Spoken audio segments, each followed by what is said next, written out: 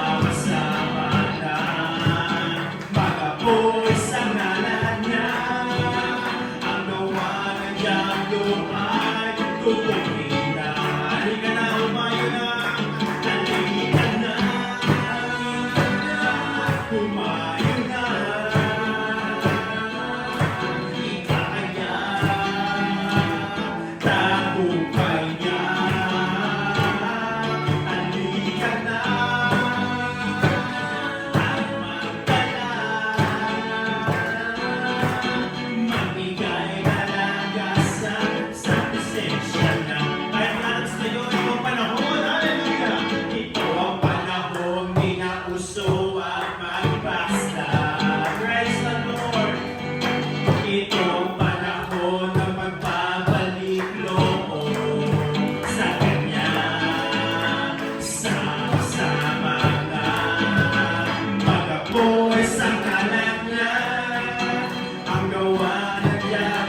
ay tutuloy na.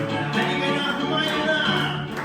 Halika na, halika na, kumain na, kumain na, ipahaya, tagumpay niya. Halika na, magdalan, magdalan, magbigay ka ng dasal sa presensya niya. Kasama natin ang Panginoon, kasama natin ang Diyos. Di ako mangangamba, di ako magbabansa. Kasama natin ang Diyos. One more time! Kasama natin ang Diyos. Di ako malulungkot, di ako matatakot. Kasama natin ang Diyos. Tumaan man tayo sa mga subok, tumaan man ako sa ilog, di ako malulunod. Tumaan man ako sa apoy, di ako masusunod. Kasama natin ang Diyos. Yes, hallelujah! Di ako mangangamba, di ako mababansa. Kasama natin ang Diyos. One more time! Kasama natin ang Diyos. Di ako malulungkot, di ako matatakot. Kasama natin ang Diyos. Tumaan ako, hallelujah! Tumaan man ako sa ilog, di ako malulunod. Tumaan man ako sa apoy, di ako masusunod. Kasama natin ang Diyos. Yes, hallelujah! Di ako mangangamba, di ako mababansa. Kasama natin ang Diyos. Di ako malulungkot, kasama natin ang Diyos. Di ako malulungkot, di ako matatakot. Kasama natin ang Diyos. Kasama natin ang Diyos. Kasama natin ang palapakan natin, purihin ang Panginoon. Hallelujah! Praise the Lord! Glory to God! Praise the Lord! Thank you, Jesus. Praise God. Awit tayo sa Panginoon sa malumali na nakita natin siya. Salamat, Panginoon. Salamat, Diyos.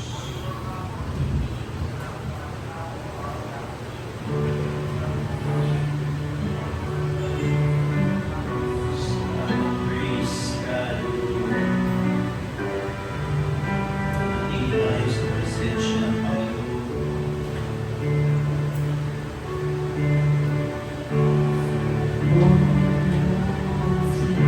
Siyasa buhay ko iyong alam. Ang lahat kong lihim, O Yahweh, ay iyak mo nga nalalaman. Ang lahat ng aking ginagawa sa'yo ay hindi lingid. Ang lahat kong lihim, O Yahweh, ay iyak mo nga nababati. Salamat, Panginoon. Salamat, Panginoon. Kilala mo ako.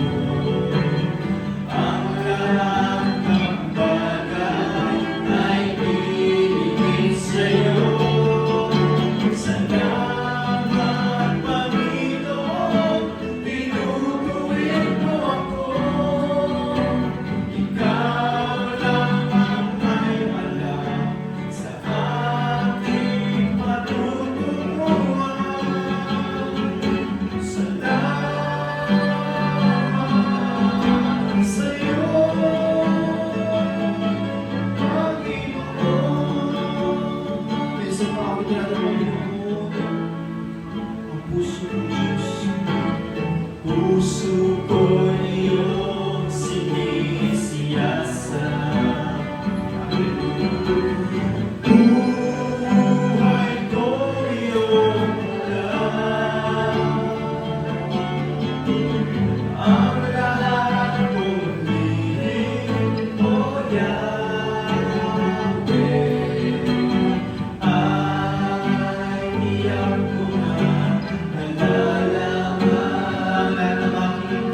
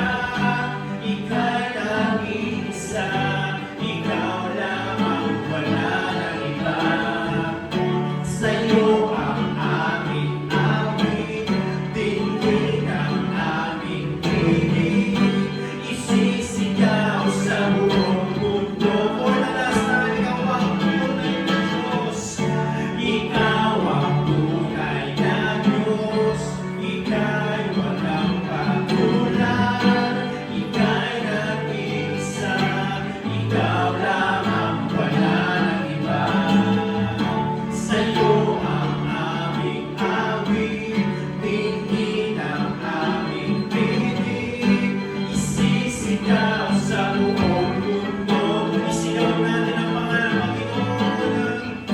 Isisigaw sa buong mundo. For the last time, isisigaw. Isisigaw sa buong mundo. Kadakilaan mo. Purihin natin ang Panginoon. Praise the Lord. Hallelujah. Glory, glory to God. Glory to Jesus. Dakilang Panginoon. How great is our Lord. How great is our God Almighty and all-knowing. Purihin ka, Panginoon. O Diyos, makapangyarihan sa lahat. Hallelujah. Praise God. Para sa ating announcement, ating worship schedule, meron po tayong padalangin araw-araw from Monday hanggang Sunday. Ating pong morning prayer, morning devotion, 7 a.m. to 9 a.m. ng umaga. Pwede po tayong madalangin dito ng tanghali, hapon at ng gabi. At meron po tayong Sunday school, 9 a.m. sa pag-aaral, pagtuturo ng salita ng Panginoon. Darating 10 a.m. ating morning worship sa umaga, Sunday, at ang ating Sunday evening, 6:30 p.m. at ang midweek service natin every Wednesday, same time din po ng gabi, 6:30. At panalangin natin ang ating bansa, ating Pangulo, President Ferdinand Bongbong Marcos Jr., mga nangyayaring kaganapan ngayon sa gobyerno. Dalangin natin ang kapayapaan at magkaroon din ng salita ng Panginoon, maghimasok sa kanilang mga buhay. Panalangin din natin ang ating mga leaders international, Pastor Greg Mitchell, Pastor Jessica, Pastor Joe Campbell, patatin ang ating national leader, Pastor Boy Tisipida, sama din natin mga regional leaders natin, Pastor Frank Beneventura, Pastor Naro Bucay, Pastor Ernie Merente, Pastor Charlie Reyes, Pastor Yel Isabel, at ang ating Mother Church, Pastor Rico Herrera. Dalangin din natin sama ang ating mga fellow Baclaran Daughter Churches, Pastor Gerson Valbuena, Pastor Noel Torres, Pastor Richard Isay, Pastor Vincent Saber, Pastor Marcio Riano, Pastor Paul Canyosa, Pastor Emre Benchaida, Pastor Santo Dol, Brother Jimson Caycon, Brother Noel Aparca, Pastor Melvin David, Pastor Jonathan Chares, Pastor Jess Pancho, at Pastor Larry Tumaya. Dalangin din natin, padalangin natin yung mga ating mga lingkod ng Panginoon sa Bayang Dagat, mga missionary churches all over the world, Abu Dhabi, Cambodia, Taiwan, Japan, Israel, Indonesia, at mga kapatiran din sa Vietnam, ang patuloy na gawain ng Panginoon sa bansang Vietnam. At panalangin din natin ang bayang Antipolo, ang ating pastor, Pastor Andrew Salazena, kaya Samayan, Spiritual Breakthrough, Financial Breakthrough, Salvation, Deliverance, Solaking sa mga new converts, at sariling gusali at lote, at transportation vehicle. Pati na rin mga healing requests, prayer requests, si April Garcia, Brother Nono Totaro, Bonifacio San Pedro, Shirley San Pedro, Lita Lourdes Agadulo, Pastor Tom Payne, sa kalagayan ng ating kapatid, Brother Eldan, sa kanyang pangangatawan, Brother Kevin sa Lucena, Sister Lilibet sa Lucena, sa kanilang karamdaman, magkaroon ng kumpletong kagalingan at ating mga iba pang mga karamdaman ngayong umaga, ilapit na sa Panginoon, dalangin natin kumpletong kagalingan at ating mga mahal sa buhay. Hingi tayo ng kalakasan at karunungan sa Diyos na siyaran at magkaroon ng katotohanan din sa ating mga mahal sa buhay. Makasama natin sa buhay ng Panginoon. Ating activities, ito pong buwan ng October, ang ating Jubilee Service October 25.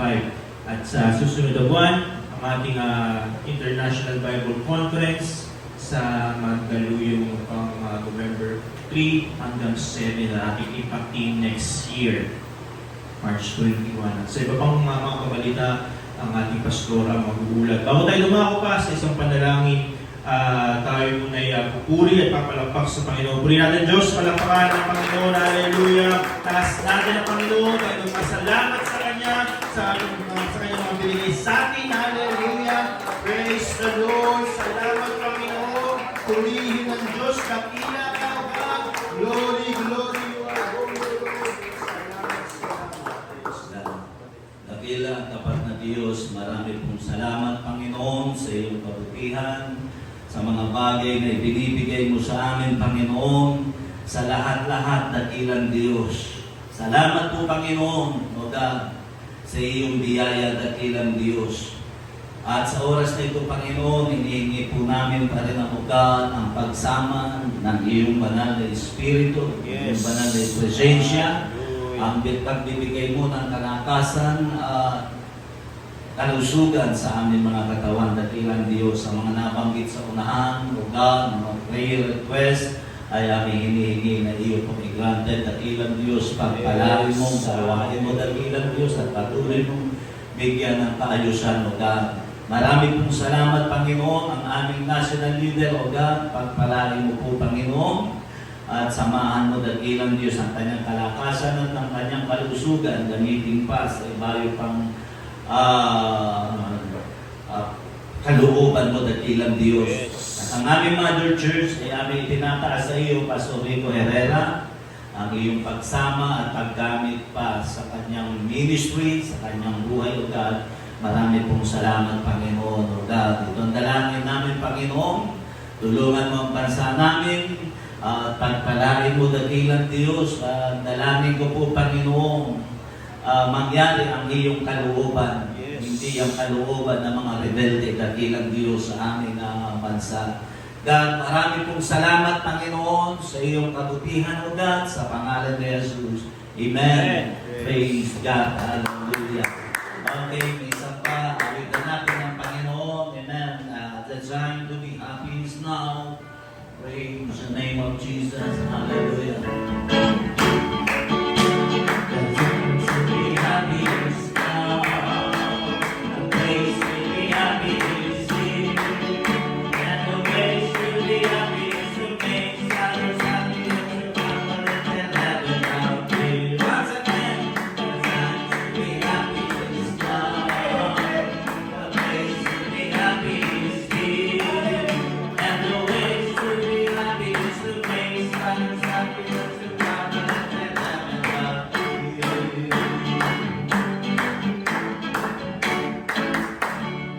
Okay, so sa ating po mga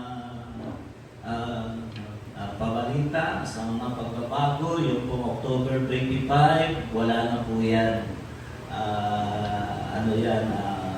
Hindi na tuloy yan. October 25, yung ating Jubilee, wala na tayong Jubilee sa buwan na ito. Ipinalit ay yung impact team sa October 18.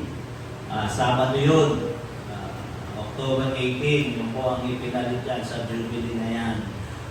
Okay, humihingi na impact team ang Caloocan. So, yun ay gaganapin doon sa Caloocan. So, hindi na magdubli-dubli ang gastusin ay inalis na yung sa October 25 na Jubilee Night. Ipinalit naman ay yung sa November 1, merong Halloween presentation sa Baclaran.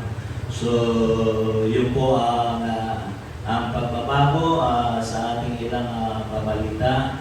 Okay, so sa October 18, kailangan po natin ang mga kabataan na maging gustong isangkot ang kanilang mga puso at isipan sa gawain ng ating Panginoon. Okay, so yan na yung natin at sa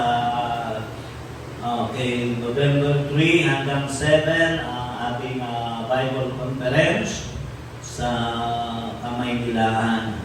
Okay, so doon pa rin tayo sa Pioneer, doon sa Pioneer Street, sa Bayanihan. Okay, so wala na akong nalimutan. So yan ang ating buwan. Yan naman sa March 21 ay 2026 pa yan. Okay, so ipanalangin natin sa Panginoon ang pagpalain ng kanyang gawain. So sa ngayon pala yung ating speaker ay gawa na. Kaya lang, nagkasunod-sunod talaga ang ating expenses, hindi pa nakukuha doon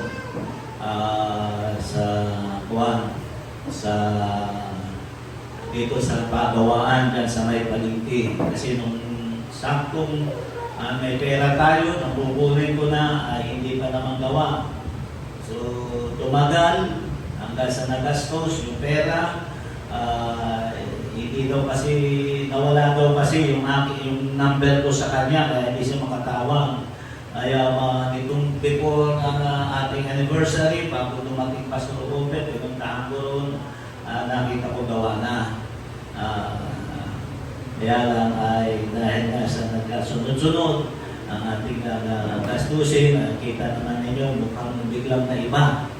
Kaya nga nung mapanood ko yung video natin, sabi ko laking ginanda. Wala na yung mga nag-aangatan na mukhang parang mukhang church na, hindi na mukhang bahay na mangkukulam. Kaya ipanalangin natin sa Panginoon, pagpalain pa ng Diyos ang kanyang gawain at yung mga expenses natin ay ating matugunan sa pangalan ng ating Panginoong Diyos. So, yun lang ang ating ilang mga pabalita. Amen. Okay, so tulad ng ating parating ginagawa, darako tayo ngayon sa paglikod ng pananalapi. Kailangan po yan. Dahil meron po tayong maintenance. Amen? Meron tayong maintenance, meron tayong tulad ng speaker na sinasabi ko, 700 pa yung balance doon, may maintenance tayo, kaya tayo lumiliko ng pananalapi. Dahil uulitin ko po, hindi po ito sa Lucena Fellowship. Hindi po ito sa Lucena Fellowship. Ito po'y gawain ng ating Panginoon at normal lang na ang susuporta rito ay ang mga taong sumasampalataya sa ating Panginoong Jesus. Okay, so yun ang dahilan kung bakit tayo ay lumiliko ng pananalapi. Okay, so tawagan ko si Elda para tayo pangunahan sa pagliko ng pananalapi. Praise God. Hindi na nakiwang. Kasi nakiwang maglakad eh. Salamat sa Panginoon. Extension ng iyong buhay at salamat sa pag-iingat ng Diyos sa buhay mo. Okay. Kaya tayo manalangin sa Panginoon. Dakila ang tapat ng Diyos. Marami pong salamat sa kabutihan mo, sa iyong biyaya, sa lahat ng bagay na ginagawa mo sa aming mga buhay. Pagpalain mo po, Panginoon, ang iyong mga anak, lalo na ang nakakaunawa ng iyong gawain, dakilang Diyos. Marami pong salamat, Panginoon, sa iyong kabutihan at sa iyong biyaya, O God. Maraming salamat sa pangalan ni Jesus. Amen. Praise God. Hallelujah.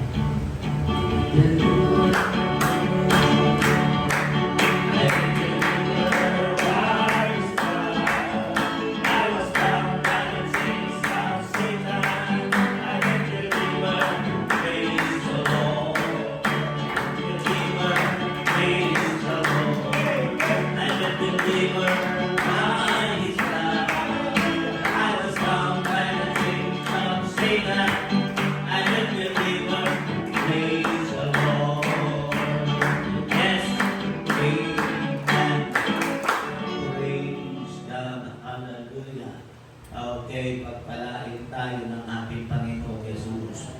Amen. Okay, sa ating po mga babalita. Hindi pala babalita. Ito, salita ng ating Panginoon ito. Praise God. Hallelujah. Praise God. Ngayon po ay taglindod. Hindi po ako tumatawa dahil sa kundi totoo po yan.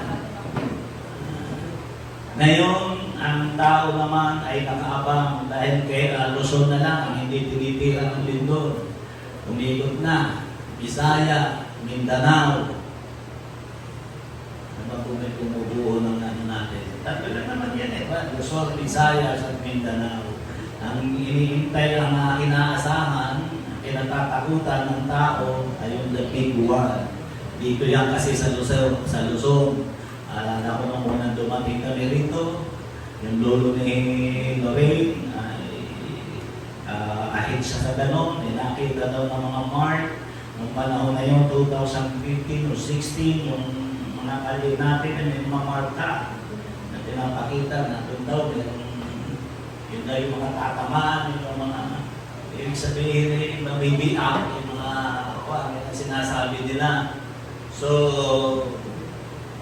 anong pananaw natin patungkol sa mga bagay na yaon? Hallelujah. Ako pinaniniwala,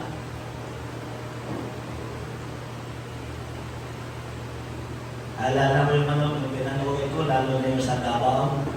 Yung sa 6 point lang something yung 6.2 or 7 yung sa Cebu.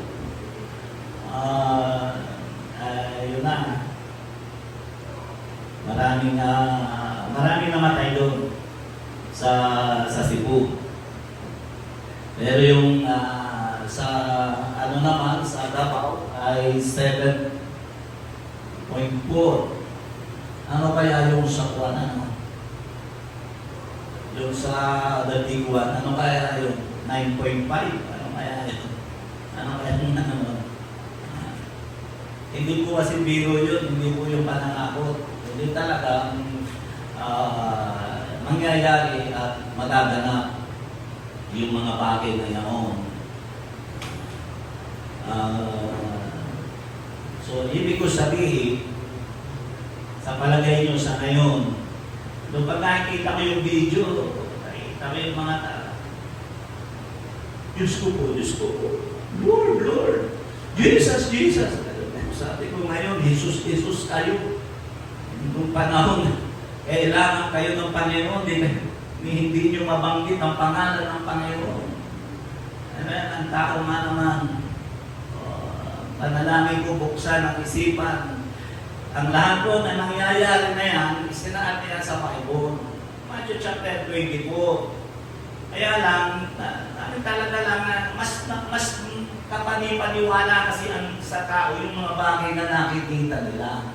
Mas papaguran kasi nila yung mga bagay na nakikita nila. Yung mga bagay na hindi nila nakikita, napakahirap nilang hakbangan. Kasi hindi nila nakikita eh. Kaya yun ang mahirap para sa mga tao na paniwalaan. So, ako po'y naniniwala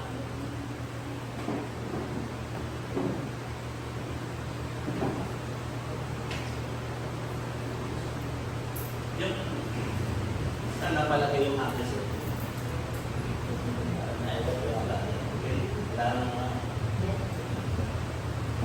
Mawala yun.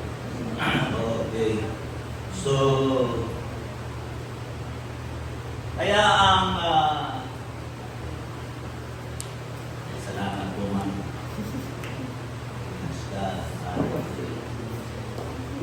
Ito'y mahalaga ito sa akin kasi pasalubong ng aking pinakamagandang anak ito.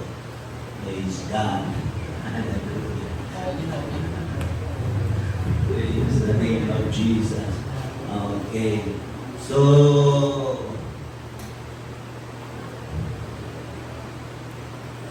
sino kaya sa panahon natin ngayon ang nabubuksan? Pero sa tingin ko kasi yung lahat ng mga nangyayari na yan, madaling kalimutan yan. Walang pinagkaiba sa panahon ng Paraon, di ba? Ang unang ilalabas ni Moises ang mga Israelita, nasabi ng Panginoon, ang sabi ni Moises sa Paraon, pag hindi mo ka nakinig sa tinig ng Diyos at hindi mo pinalabas ang Israel, ang sabi niya, uulan ng niebe o ng apoy ng asupre. Diba? Nung umulan, sus, ang dampo. Nagkasala ako, ang lambot ng puso ni Paraon, di ba? Nakakasin niyo. Nagkasala ako sa Panginoon. Idalangin niyo ako sa Panginoon, Moises. At idalangin niyo na rin na mawala. Matigil ang salot na ito. At idalangin niyo ako sa Panginoon dahil ako'y nagkamali. Pinanalangin ng Panginoon, nawala. Tumigil. Di ba?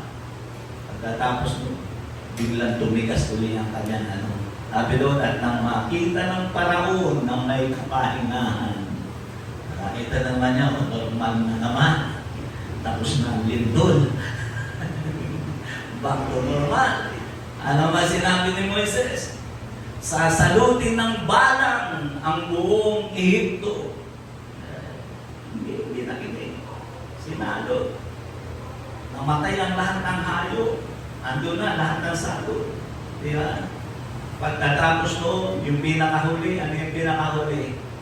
Mamamatay ang lahat ng panganay.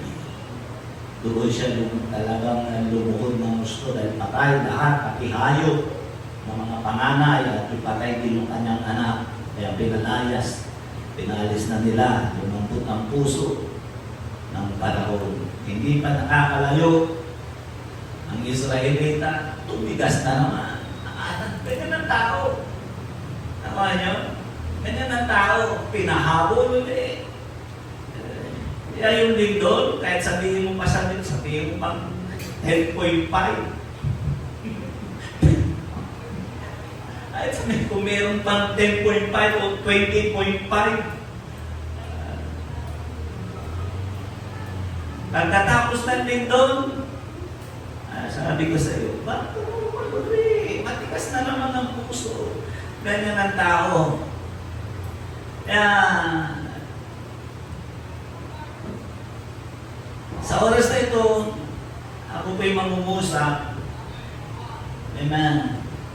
Ito po'y panahon na para tingnan natin ang mga bagay na nasa itaas. Kolosas sa chapter 3, verse 1 hanggang 5, ganito ang pagkakasabi ng salita ng Panginoon. Kolosas sa chapter 3, verse 1 hanggang 5, kung kayo na'y muling binuhay, nakalakip ni Kristo, ay hanapin ninyo ang mga bagay na nasa itaas na kinaroroonan ni Kristo na nakaupo sa kanan ng Diyos. Ilagak ninyo ang inyong pag-iisip sa mga bagay na nasa itaas. Huwag sa mga bagay na nasa ibabaw ng lupa. Nakilala lang mo dito sa iba. Nililindol na nga, diyan mo pa ilalagak ang buong pag-iisip mo, ang isip mo.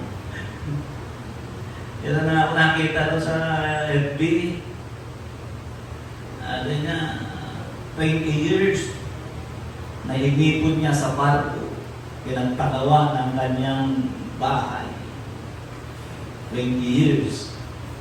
Narito sa isang iglap lang, tumuho, kasama pati yung kotse. Nakatingin na nakaganon lang yung may-ari. Buti hindi siya nakakasama doon. So, ganyan ang buhay ng tao. Ituloy natin. Verse 3. Sapagkat kayo na namatay na at ang inyong buhay ay natatago kasama ni Kristo sa Diyos. Pagka si Kristo na aming buhay ay mahayag na rin kayo na kasama niya sa kalwalatian. Patayin nga ninyo ang inyong mga sangkap ng katawan na nasa ibabaw ng lupa, pakikiapi, karumihan, masasamang pita, masasamang nasa, kasakiman, na siyang pagsamba sa Diyos-Diyosa. Purihin ang pagkabasa ng salita ng Panginoon, tayo muna ay manalangin, dakila at tapat na Diyos.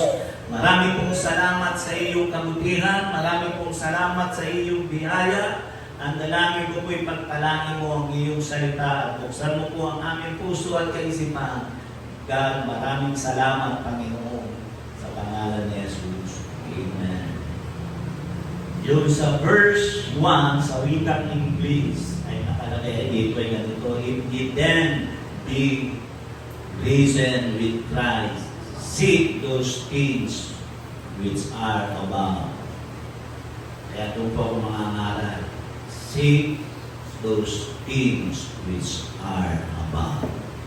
Hanapin nyo ang mga bagay na nasa sa itaas. Amen.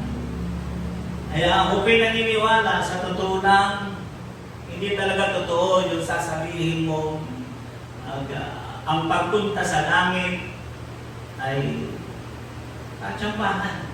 Ganon sa kanila. Pag daw ikay namatay, nagising ka na sa langit, salamat. Pero pag namatay ka at nagising ka, ay nasa pagdurusa ay malas mo. Hindi po yung totoo. Yun ay pinapakita dito sa pinag-aaralan natin. Amen. Praise God. Kung nais natin na tayo ay mapunta kung saan ang Panginoon ay naroon, tandaan natin. Una, yun ang sabi rito, hanapin natin ang mga bagay na nasa itaas. Una, nais ko muna bigyan natin ng pansin ang hinahanap ng mga buhay ay mga bagay na nasa itaas. Amen. Yun ang una nais ko pag-usapan natin. Ang hinahanap ng mga buhay ay mga bagay na nasa itaas. Amen. Kapag hindi natin mauunawaan ang mga bagay katulad nito na pinag-uusapan natin, hindi mo yung mauunawaan. Yung sinabi rito ng Panginoon ni Apostol Pablo, hanapin nyo ang mga bagay na nasa itaas na kinaroroonan. Ibig sabihin, huwag mong pagyamanin ang isip mo, huwag mong ituon ang isip mo sa mga bagay na narito sa ibabaw ng lupa. Alam ang patutunguhan. Pag gano'n ang takbo ng isip mo. Huwag natin kalilimutan ang Diyos ay Diyos ng mga buhay at hindi ng mga patay. Ito dapat natin maunawaan. Ang tinutukoy ko ritong buhay ay yung buhay sa kalooban ng Diyos at patay sa kasalanan. Yun ang ibig ko pong tukuyin. Sa Matthew chapter 22 verse 32, ganito ang sinasabi, ako ang Diyos ni Abraham, at ang Diyos ni Isaac, at ang Diyos ni Jacob. Ang Diyos ay hindi Diyos ng mga patay, kundi ng mga buhay. Na? Kung bakit ganito ang pangungusap ng Panginoon, ang mga patay kasi sa harapan ng Diyos, hindi sila nag-iisip ng mga bagay na nasa itaas. Ang isip ng mga patay sa harapan ng Panginoon ay mga bagay na makalupa. At ang mga bagay na makalangit kailangan hindi nila nauunawaan. So, ipinapakita ng Bible na ang mga taong hindi nag-iisip ng mga bagay na nasa itaas ay mga patay. At ang isang halimbawa dyan ay ang alibughang anak. Tinawag siya ng kanyang ama na patay, na siya dating, at sabi doon siya'y namatay at ngayon naging buhay. Lucas chapter 15 verse 24 and then 32. Ganito ang sabi, sapagkat patay na ang anak kong ito at muling nabuhay siya'y nawala at nasumpungan at sila'y nagpasimulang mga katuwa. Yun sa 32. Datapat karapat-dapat na mga katuwa at mga saya tayo sapagkat patay ang kapatid mong ito at muling nabuhay at nawala at nasumpungan. Ano sabi ng ating binasa kanina?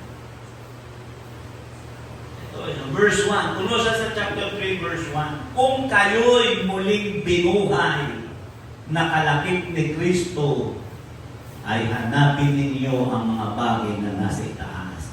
Kaya ang maghahanap lang, ang mag-iisip lang ng mga bagay na nasa itaas ay mga taong pinalaya, binuhay mula sa kamatayan sa pagnanasa sa mga sanlibutan sistema. Yun po ang itinutukoy dito. Kailan siya tinuring na muling nabuhay? Yung alibughang anak na tinutukoy ko rito. Kailan siya itinuring na muling nabuhay? Lucas 15:17. Ito yung sabi, datapat nang siya'y makapag-isip. Yung alibughang anak ay sinabi niya, ilang mga alilang upahan ng aming ama ang may sapat at lumalapis sa pagkain at ako'y rito'y mamamatay ng gutom. Ibig sabihin, ang taong buhay siya'y nag-iisip ng tama. Nakakapag-isip siya ng tama. Yung mga taong itinuturing ng Panginoon na patay sa kanyang harapan, hindi yan nag-iisip ng tama. Basta ang kanyang mahalaga sa kanila ay mga bagay na natatamo nila o dinaranas nila dito sa ibabaw ng lupa. Amen. Eh, ang lupa, nilibing doon na eh. Kasi ang tingin ng Panginoon sa mga taong nasa lupa, mga patay. Kaya ang daigdig na ginagalawan natin, sa totoo lang, ang tingin ng Panginoon ay daigdig ng mga patay. At ang buhay lang dito ay ang mga taong ang iniisip ay mga bagay na nasa itaas. Yun ang dapat natin maunawaan.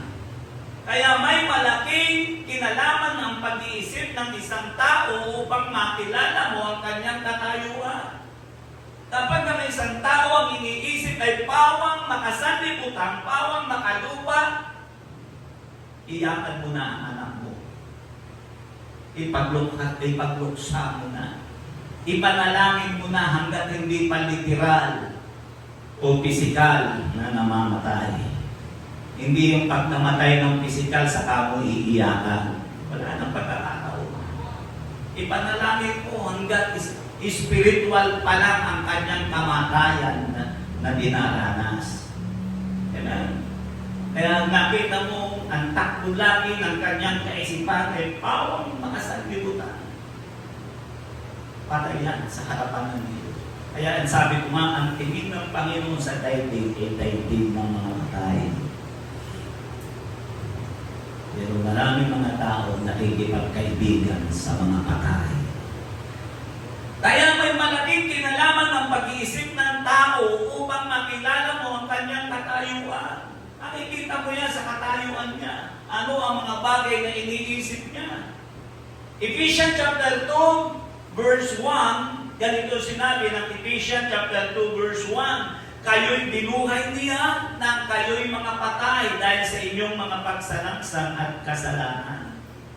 Verse 4, ngunit ang Diyos palibhasa'y mayaman sa awa dahil sa kanyang malaking pag-ibig na kanyang iniibig sa atin, bagamat tayo'y mga patay dahil sa ating mga kasalanan. Tayo'y binuhay ng kalapit ni Kristo sa pamamagitan ng biyaya kayo'y nangaligtas. So, yun yung ibig sabihin nito. Kaya nga sabi ko, ang daigdig na ating ginagalawan sa paningin ng Diyos, daigdig ng mga patay. Amen? Yun ang isang malaking katotohanan. Kaya ang isang tao na hindi nauunawaan ang mga bagay na nasa itaas ay patay. Ang mga taong hindi nag-iisip, ni hindi sumusulya sa mga bagay na nasa itaas. Bagkus lagi siyang nakatitig sa mga bagay na panglupa. Sila yung mga patay sa harapan ng Panginoon. Ito dapat natin maunawaan. Kakalawa na naisubigyan ng pansin mo na kasi binanggit kung kayo'y muling binuhay. Yan ang sabi ng Apostol Pablo ay hanapin ninyo ang mga bagay na nasa itaas. Kaya natin makikita kung ang status ng isang tao. Ngayon, bigyan natin ng pansin naman, pag-aralan naman natin yung sinabi ng Apostol Pablo, yung hanapin nyo ang mga bagay na nasa itaas. Kaya nais kong pag-usapan naman anong mga bagay na nasa itaas ang posibleng masumpungan ko dito habang tayo'y nabubuhay. Ibig sabihin, ang mga bagay na nasa itaas, ang kausap ganyan ay buhay hindi naman patay buhay. Hindi pwedeng magbasa ang taong patay. Amen? Ano sabi nga, hanapin nyo ang mga bagay na nasa itaas. Ibig sabihin, dito nasusumpungan ang mga bagay na nasa itaas. Ibig sabihin, may kalarawan dito sa lupa ang mga bagay na nasa itaas. Kaya nasabi ko, ang langit dito hinahanap. Ang pintuan ng langit ay narito. Kaya nga lahat ng bagay, malimit ko lang ay binabanggit sa inyo. Una, ang pananampalataya ay dito lang yan pinag-uusapan sa ibabaw ng lupa. Ang pagsisisi, pagpapatawad, ay dito lang yan iginagawa. Yan ay mga bagay na dito mo lamang ang masusumpungan. Anong mga bagay na nasa itaas ang posibleng masumpungan dito habang tayo nabubuhay. Ito'y nangungusap sa pagpapahalaga sa mga bagay na umiiral sa itaas na masusumpungan mo dito. Ibig sabihin yung mga bagay na umiiral sa itaas, pwede mo masumpungan dito kung hahanapin mo.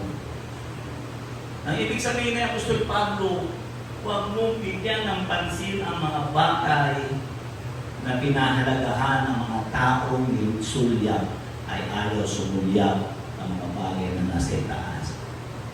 Kapag ang tingin ng Panginoon sa kanila, sila ay mga patay. Una, ano meron sa itaas? Kapayapaan. Amen? Dahil ang naghahari doon ay Diyos ng kapayapaan. So, ang kapayapaan dito pwede mo makita. Hanapin mo ang kapayapaan. Na?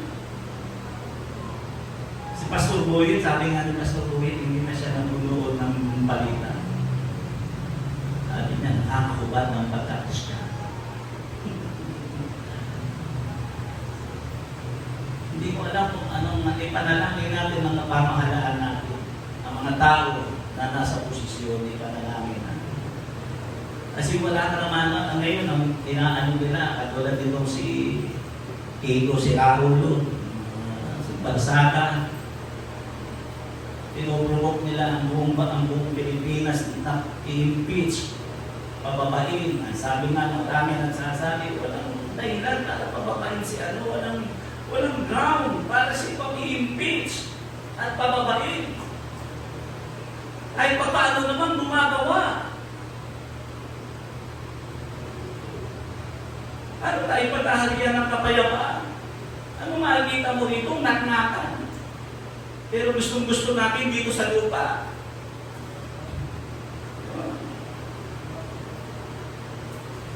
Ang dami pwedeng pagkukulan ng panahon, hindi yung magpababa ng tao. Sa halip na tulungan nila. Ang kailangan ng bansa natin ay unity. Pagkakaisa, tulungan mo, suportahan mo, ilang taon na lang ang nalalabi. Di ba? Suportahan mo, pero anong iniisip nila? Ewan ko, nakakaano talaga ang bansa natin. Nakakaano. Pag pala na bumaba, sinong ilalagay nila? Di automatic. Automatically, ang uupo. Si Sarah. Hindi na niya may paliwanag eh. Yung hinahanap sa kanya, hindi niya masagot. Na aligasyon na kanyang ginastos, hindi na masagot. Ako, ano ba ibig ko sabihin? Pagkatapos doon, nagdaraan na ilang buwan, i-impeach ulit nila. Sino naman iuluklok nila? Si Eldan. Siguro, mabuti nga ako si Eldan. Ako po, ano ba ibig ko sabihin? Ang Pilipinas, ang bansa, ang Pilipino, walang kasiyahan. Sa totoo lang, baka hindi na ako bumuno sa darating na eleksyon. Bahala kayo dyan, napakagulo ng utak ninyo. Sa totoo lang, ako wala nang gana. Ay, sabi ko nga, ilang araw na akong digin. Wala lang talaga akong speaker, di ba? Gusto ko na talaga rumatat doon sa kapalingkin na naman. Ay, naku. Pagalingan. Walang kapayapaan. Dahil makalupa ang kaisipan. Ang kapatid sa Panginoon, hanapin natin ang kapayapaan. Dito sa lupa. Makikita mo ang kapayapaan. Agad doon ka nakatingin. Yan ang dapat natin maunawaan. Mayroong kapayapaan dito. Aywan ko lamang ba kung bakit hindi makita ng iba. Yan ako, galing sila. Dito sa Davao. Pastor Frank, payapa. Diba? Kahit yung labiguan na yan, kahit sabihin mo pang kumanin. Payapa kami. Kaya pa ako wala akong tako. Kung mag-collapse man ang Quezon, ang Luzon, ay salamat. Nasa piling ako ng Panginoon. O sino matatakot? Yung mga tao hindi nakatingin doon. Amen. Kaya kami payapa kami, kaya kahit minsan, ang bayarin namin, umaabot na 40,000. 20 sa bahay, dito, umaabot tapos sa mga kuryente namin, anong magkano ang kuryente namin, minsan 15,000. Umaabot. Hindi rin na Chacha yan. Kaya si Chacha, napipilit ang bigain. Pagdating pa lamang, asan ang ambag mo? 15,000. Kayo, nagbibil kayo ng gano'n sa kuryente nyo, 15,000. Pero kahit gano'n, kaya pa kami. Ako po niya ibig ko sabihin, hindi kami nawawala sa gawain ng Diyos. Yun ang ibig ko sabihin, mayroong kapayapaan ng mga taong nakatingin lagi sa taas. Dahil iniintay namin yung darating pababa na walang iba kundi si Jesus. Anong patutungunan sa libutan? Pagkabulok talaga yan. Gugunawin talaga yan. Pangalawa, kaayusan. Pero hanapin mo yung maayos na pamumuhay. At kung hindi mo itutuno ang isipan mo sa mga bagay na nasa itaas, malabo kang magkaroon ng kaayusan ng buhay mo. Napaka-imposible yan. Pero sa sobrang kapayapaan at kapayapaan ni Mrs. nag-text si Casey habang nasa Baguio. Mama, bumabag ako, lumilindol dito. Sabi ni Mama, cool. Kasi natutuloy ni Casey, tambag na lindol na nga, cool pa. Parang tuwan-tuwa ka pa. Cool. Hindi sa totoo lang nagkamali siya ng ano doon. Wala naman tao, hindi man dapat tayong matuwa sa tanong, di ba? Kasi pinapapahama. Ha? Si Jacob kayo. Grabe ka naman. Marunong na pong mag-text. Ayusan. Pangatlo, tamang pag-iisip. Dito yan nakikita. Dito yan hinahanap, tamang pag-iisip. Ang lahat ng mga bagay na nasa langit ay mga tao o mga nilalang na nasa tamang pag-iisip. Kaya walang nag-i-impeach sa Diyos. Dito, tingnan mo mga tao dito. Walang pagpapasakop. Tapos tatakbo sila. Ito si Barsaga. Tatakbo siya. Hindi puputi yung gano'n. Wala ka na maipakitang mabuting halimbawa na pagpapasakop. Wala kang alam kung di manulig sa puro meow, meow, meow, meow, meow. Sus, kinaang ka. Tamang pag-iisip. Isa pang bagay, salita ng Diyos. Ano meron, mga bagay na meron sa taas? Ang mga heavenly being ay nagpapahalaga sa salita ng Diyos. Yun ang buhay nila. Kung ikaw ay muling binuhay, ang isa sa napakahalaga sa iyo, salita ng Diyos. Yan ang mga bagay na hinahanap mo dapat dito. Yan. Tulad yung sinabi ko, hindi ko sinasabi na okay. Hindi kami sumusunod sa pananalapi. Sumusunod din kami. Pero hindi kami pinatatakbo ng salapi. Ang nagpapatakbo sa amin ay ang mga bagay na nasa itaas. Hindi ang mga bagay na umiira dito sa ibabaw ng lupa. Kaya minsan nga, sabi ko nga, tingnan ninyo kami. Kahit anong hirap ng buhay, tingnan nyo kami kung mayroong nagdarahop sa amin. Tingnan mo kami. Ang sandata ko na lamang ay salita kayo ang pananalangin. Tuwing umaga, lalo na pag nagkikita ko si Mama, ano ba yung dito sa amin? Hindi ako umiinig, pumupunta na lang ako dito. Dito ako umiiyak sa Panginoon. Kita mo, hindi kami pinababayaan ng Panginoon Diyos. Pangalawang karunungan. Amen. Kaya yung mga tao, puspos ng karunungan, hindi na apektuhan ng mga bagay na makalupa. Yun ang bagay na dapat natin huwag makakalimutan. Pangatlo, fellowship. Fellowship. Ang meron sa langit, fellowship. Pagsamba sa Panginoon.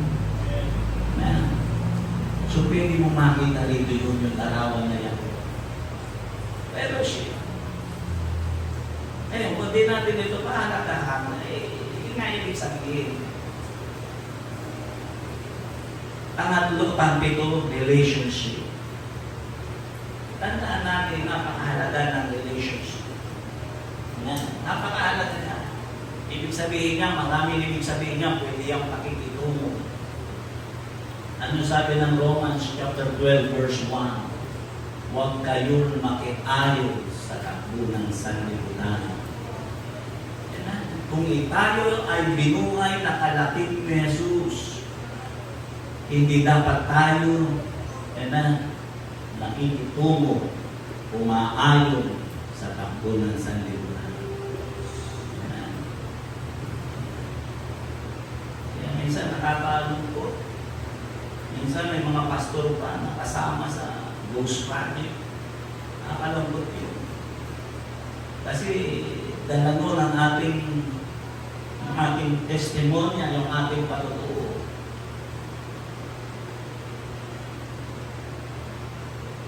Pakikipagkaibigan. Ako po'y naniniwala na ang isang taong binuhay na muli, ang mga taong nakatingin sa taas, parang napaka-imposible. Bakit? Tingnan mo yung kaibigan mo. May nakikita ka ba sa kanya ng mga bagay na palintulad na nasa taas? Bakit yung mga bagay na narito sa ibabaw ng lupa ay tinuturi mo? Best friend. Malilit ko binabanggit yan dito. Lalo na kay Cherry Ann, sabi ko, ang dapat ang best friend mo, si Mika. Ibig ko sabihin ay yung mga taong pag tinignan mo, ang nakikita mo yung mga bagay, larawan ng mga bagay na nasa itaas. Pero may mga tao, may mga nagsasabing Kristiyano, ang kaibigan nila. Ang upal nila siguro naman na ibig ko sabihin, nakikipagrelasyon sila sa mga taong wala kang makitang imahe ng mga bagay na nasa itaas.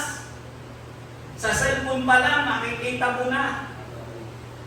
Walang larawan na katulad na nasa itaas. Ano sabi ng Panginoon? Kung kayo tunay na binuhay na kalapit ni Kristo, hanapin niyo ang mga bagay na nasa itaas. O kung ano ba ibig ko sabihin? Dapat kasi maunawaan natin ito. Kasi kung tayo pupunta, malapit na. Malapit na. Mga ilang lindol na lang. Maniwala kayo. Yun ang dapat natin maunawaan. Praise God. At sa pangulit, dito magtatapos ilaga o ilaan ang pag-iisip sa mga bagay na nasa taas. Mahirap, mga kapatid sa Panginoon, mahirap sabihin inilalagak mo ang iyong pag-iisip sa mga bagay na nasa itaas nang wala kang kinikilalang gawain dito sa lupa. Ay, walang taong papasok ng langit na walang kinikilalang gawain dito. Pero aniwala kayo. Yung ibig sabihin ng ilaga o ilaan, ang nakikita ko rito, investment. Pag-i-invest sa mga bagay na nasa taas. Eh kayo, kung nasa sa inyo, kung ang gusto nyo dito mag-invest, tatanan nyo lang dito, yung nagkahitang bakal siguro dapat yung gawin. Hindi basta-basta mga bumagsak. Kung dito tayo mag-i-invest. Ilaga. Yun ang ibig sabihin dito, investment. Ako po'y naniniwala ang mga taong ang puso ay at isip ay nakalagak sa mga bagay na nasa itaas. Hindi po yan tayong yanigin. hindi yan kayang yanigin ng kahit anong lakas, kahit anong intensity yan, hindi yan kayang yanigin. Investment, ano ba ibig sabihin ng investment? Nung revival natin dito, anniversary natin dito, binigyan ko ito ng pansin at sinabi ko, mahirap sabihin nakatingin ka sa taas, pero ang bulsa mo, ginugugol mo dito sa lupa. Posible yun. Kaya katulad na sinabi ko, ang lahat ng mga bagay na lagi mong tinitingnan, kung saan ka laging nakatingin, doon mo ginugugol. Doon ka gumugugol ng pananalapi. Tama ba? Yan ang mukhang basta mo. Pag lagi kang asapahan mo, lagi ka nakatingin ko sa motor mo, tingnan mo, diyan ka lagi bili ng bili sa Shopee ng mga TikTok. Yung mga tender, yung prego, yung marine, kasi doon ka lagi nakatingin. Parang maganda, palitan ngayon na kung saan ka nakatingin, kung saan nakalagak ang iyong isipan, doon ka nag-invest. Sa pambagay, allocation, paglalaan, yun po ang ibig sabihin ng ilaga. Doon natin makikita yan, tingnan mo, sa verse 2, ilagak ninyo ang inyong pag-iisip sa mga bagay na nasa itaas. Huwag sa mga bagay na nasa ibabaw ng lupa. Allocation. Yan po ang tinutukoy ko. Ibig sabihin ng allocation, paglalaan.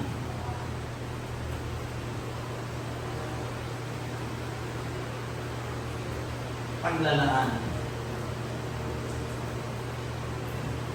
Dapat matuto tayo. Alam natin yan kung ang isipan natin na nasa bagay na nasa itaas, tandaan natin, naglalaan tayo maging ng araw para sa Panginoon. Ng araw na yun, wala kang iisipin kung hindi mga bagay na nasa itaas. Yan ang dapat natin mamawaan. Mahirap. Pag wala kang pananampalataya, mahirap. Lalo na kumuha ng utang. Ano nyo sa mga kapatid, huwag nag-isipin, hindi ko kayo, kasi yung tingin ninyo sa akin, parang nang dating, nasa marami ka, meron ka nasa abroad, meron kang kumikita ng daang dito. Normal na sinasabi, paglaki ng kayamanan ng tao, paglaki ng pangangailangan. Sino naniniwala doon? Totoo yan. Dahil sa Biskaya, napakalaki ng pangangailangan yan. Ang ano na ibig ko sabihin?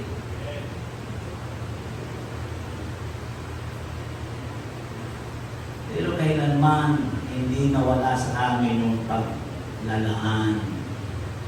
Amen. Nung aming isipan na sa araw na ito, hindi ko iisipin yung mga pangangailangan ko. Ilalaan ko sa araw na ito sa mga bagay na nasa itaas. Yan ang dapat natin maunawaan. Sa pambagay, yung sinabi rito ng Apostol Pablo, ilagang o ilaan ang pag-iisip sa mga bagay na nasa itaas, yung po ay nagpapakita ng kawalan ng tuwang. Dapat ang mga bagay na narito, yung mga bagay na pinag-ahanap ng mga taong patay sa paningin ng Panginoon, dapat walang tuwang yun sa ating mga puso at isipan. Para lubusan ninyong maunawaan, sino po rito nakakakita ng mga property ng gobyerno? Sa mga property ng gobyerno, katulad ng yung mga sasakyan, sa mga pintuan ng sasakyan, ang makikita mo doon yung plaka pula. Di ba? O, sino nakakapansin doon? Baka hanggang ngayon, hindi nyo pa alam yun. Basta pagka government property sa sasakyan, ang plaka niyan ay pula. Kaya na minsan kahit one way, Nakikita mo, sinasalungat, tapos makapatingin ka, pulis yan, at hindi yan. Kasi pula ang plaka. At bukod sa pula ang plaka, makikita mo noon ang nakalagay doon sa yung tabing sa pintuan. Ang nakalagay doon, for official use only. Ibig sabihin, yun ay nakalaan lamang sa gawain na kinalaman sa gobyerno.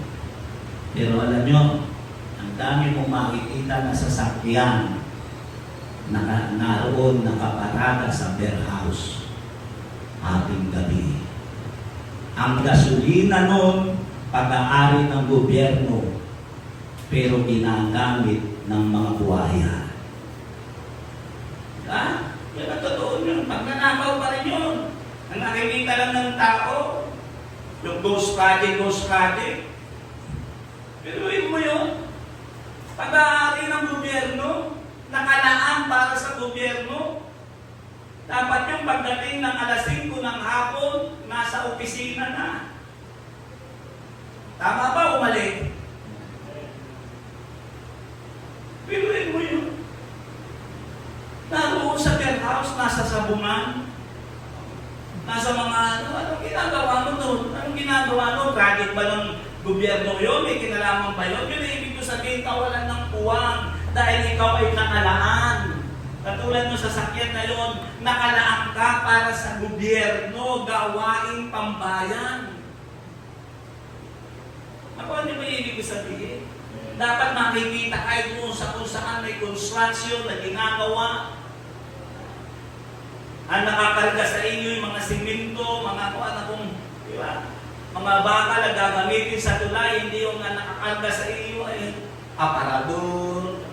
Pero property ng gobyerno nakalagay, aparador, lamisa, ginagamit sa paglipat.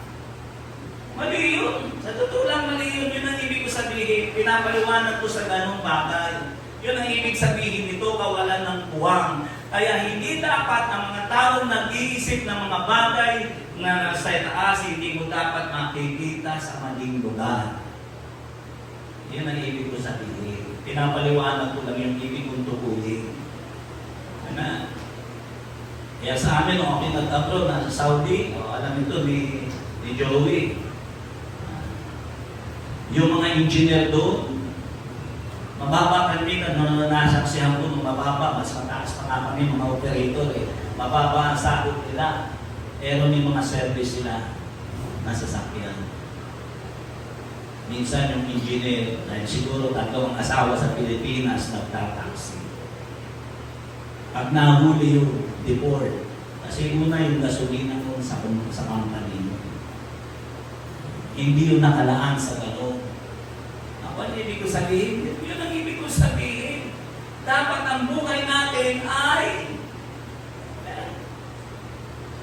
nakalaan ay sa mga bagay na nasa itaas, kakuling, katapatan. Ito yung dapat natin maunawaan. Yung po ang ibig sabihin ng ilagap nyo ang inyong mga pag-iisip sa mga bagay na nasa itaas. Ito po ang dapat natin maunawaan. Ang kapatid, kung ang ating puso, ang ating buhay, ay mayroong nakamarka, dapat sa mga Kristiyano may nakalagay dito.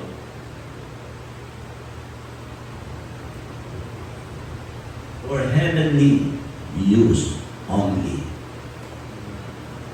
Ito ang tama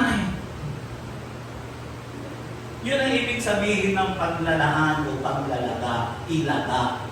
Kaya pag salitang ilaga, nangungusap yun sa salitang katapatan. Amen. Praise God. Yung po natin ang ating mga ulo, nangusap ako sa isang simple na payak na pangungusap. Amen. Malapit na dumating ang Panginoon. Amen. Ngayon, hindi nyo ito maunawaan, hindi natin ito maunawaan hanggat hindi mo nararanas nyo, sinabi ni Apostol Pablo, yung muling pagkabuhay. Kung tayo ngayon muling binuhay na kalapit ni Kristo, hindi nyo ito maunawaan. Ang mga taong nakaranas ng muling pagkabuhay, ang kanilang isipan ay nakalaga ay sa mga bagay na nasa itaas. Hindi sa mga bagay na nasa ibabaw ng lupa. Amen. Kaya nga sinabi ng Apostol Pablo, huwag kayong magsiayon sa takbo ng sanlibutan, kundi mga iba kayo ng pag-iisip. Tignan, hindi yung dapat natin maunawaan. Hindi po totoo yung huwag niyong isipin na ang langit ay pagkanatsamba. Pag nagising ka, naroon ka, salamat. Pag nagising ka, nasa lugar ka ng paghihirap malas mo. Hindi totoo yan. Dito yan nagsisimula. Pag hindi natin maibigay ang ating buong pag-iisip, mga bagay na nasa itaas, hindi natin maituno sa mga bagay na nasa itaas, tanggapin mo na kung para sa amin. Tanggapin na natin kung ano ang buhay natin.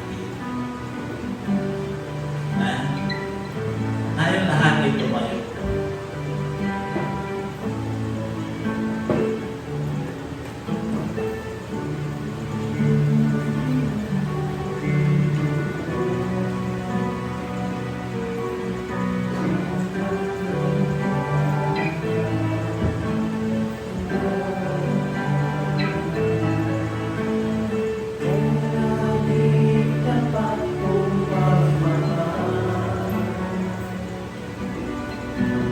Ang iyong mata magkawalan hanggang yasingan. Sinasamba ka, kabilang Diyos at Panginoon.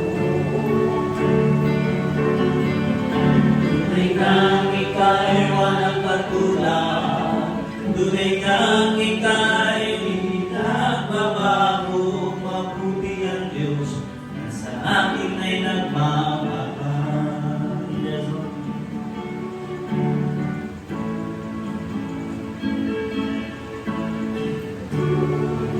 Yun ang dahilan kung bakit sinabi ng Panginoon kay Nicodemus, you must be born again. Dahil ang unang kapanganakan natin ay nakarelay sa mga sanlibutan sistema. Kaya dapat maranasan mo mabuhay kang muli, mamatay ka, yung dating ikaw na ang iniisip ay pawang makalamang sistema ng sanlibutan, nakikihaluvilo sa takbo ng sanlibutan. Kailangan muli kang isilang, yun yung sinabi ng Panginoon. Tayo'y muling binuhay. Isisilang sa iyo yung Espiritu na nakalaan para sa taas. Yun ang ipapanganak sa atin. Ipapanganak tayo na nag-iisip na ang ating puso't isipan ay nakalaan sa mga bagay na nasa itaas. Tulad na sinabi ko, ang daigdig na ginagalawan natin, walang matutuwa. Saan ka hahanap na seguridad dito? Saan ka magtitiwala? Sa mga politiko? Magpapayaman at magpapayaman yan. Saan ka magtitiwala? Magtiwala kayo sa salita ng Diyos. Diba? Walang pag-asa ang mga taong hindi nakatingin sa taas. Ito yung dapat natin maunawaan. Sa oras na ito, magpapakasakali ako. Sakaling mayroong makapanood ito, hindi mo pa tinatanggap ang Panginoon bilang Panginoon at tagapagligtas ng iyong buhay. Abala ka sa sistema ng sanlibutan. Kahalubilo ka. Nagkukumentaryo pa rin sa nagaganap sa ating daigdig. Dahil ang puso mo ay kahalubilo ng sanlibutan. Wala kang panahon, hindi mo magawang sulya sa mga bagay na nasa itaas. Huwag mong kalilimutan. At lahat ng bagay ay may katapusan. Lahat ng tao ay mamamatay. Kaya kung hindi mo pa nakikilala ang Panginoon bilang Panginoon at tagapagligtas ng buhay mo, inaalo ko sa iyo ang ating Panginoon na dapat tingnan mo. Kaya nga sinabi ng Panginoon, ilagak nyo. Hanapin yung mga bagay na nasa itaas na kinalulungan ni Jesus na nakaupo sa kanan ng Ama. Kaya kailangan mo siya tanggapin bilang Panginoon, tagapagligtas ng iyong buhay. Nanalangin ako sa iyo ng panalangin ng pagtanggap. Ulitin mo ang katagang ito. Panginoon, inaamin ko po na ako'y nagkasala. Namuhay nang hiwalay sa iyo. Sinikap kong patakbuhin ang aking sarili sa aking kanunungan at kalaman. Subalit, inaamin ko ngayon ang aking mga pagkakamali. At dahil dito, binubuksan ko ang aking puso. Inaanyayaan kitang pumasok at tanggapin ka bilang aking Panginoon at magpagligtas ng aking buhay. Mag-alay ka sa pinakasentro ng puso. Isulat mo rin ang aking pangalan sa aklat ng buhay upang sa iyong muling pagmamahal ay makasama mo ako doon sa buhay na walang hanggan. Maraming salamat, Panginoon, sa pangalan ni Jesus. Amen. Praise God. Hallelujah. Sa oras na ito, bukas ang altar. Ikaw na ang anak niya, kinausap ka ng ating Panginoon.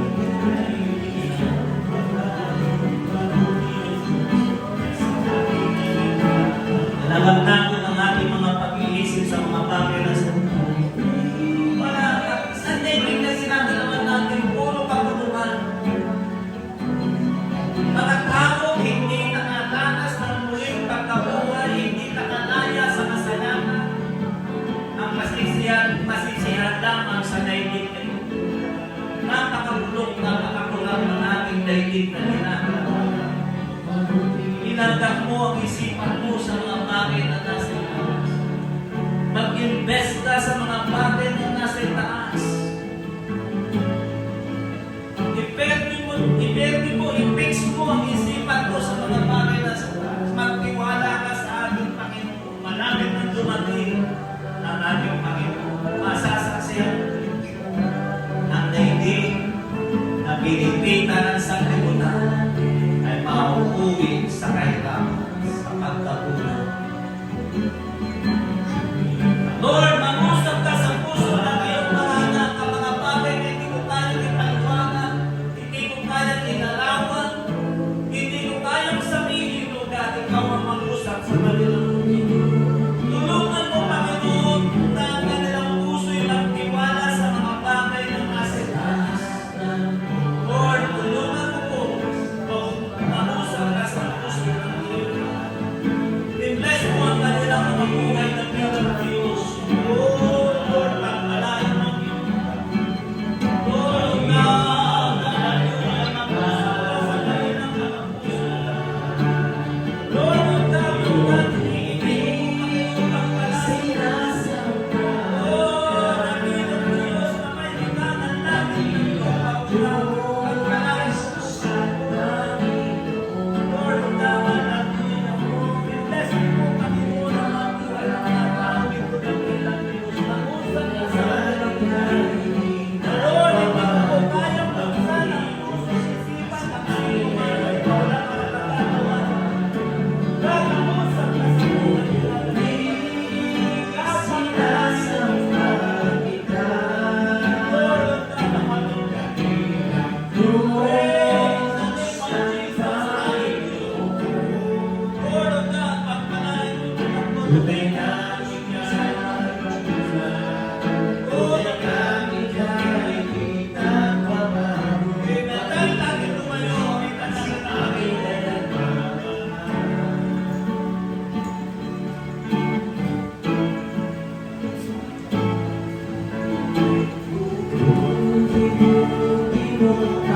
Panginoon,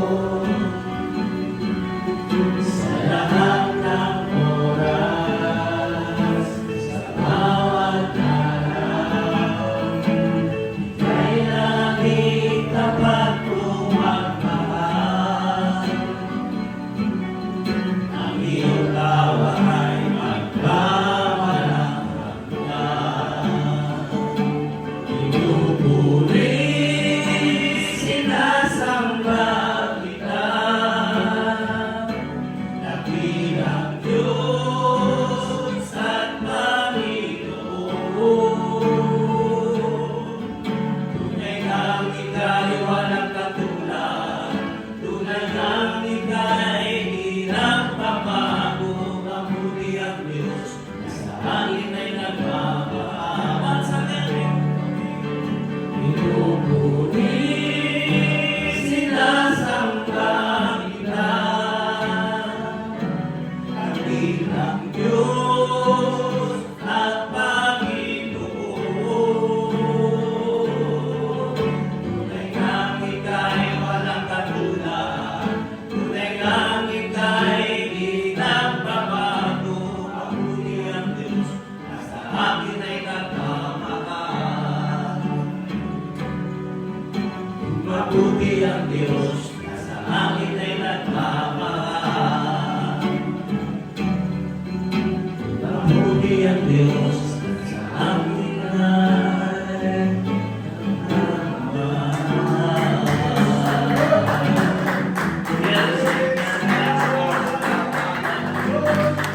Praise the name of Jesus. Salamat po, Panginoon, sa iyong pagpapalala. Salamat po, dakilang Diyos, sa iyong ginagawa. Hallelujah. Praise the name of Jesus.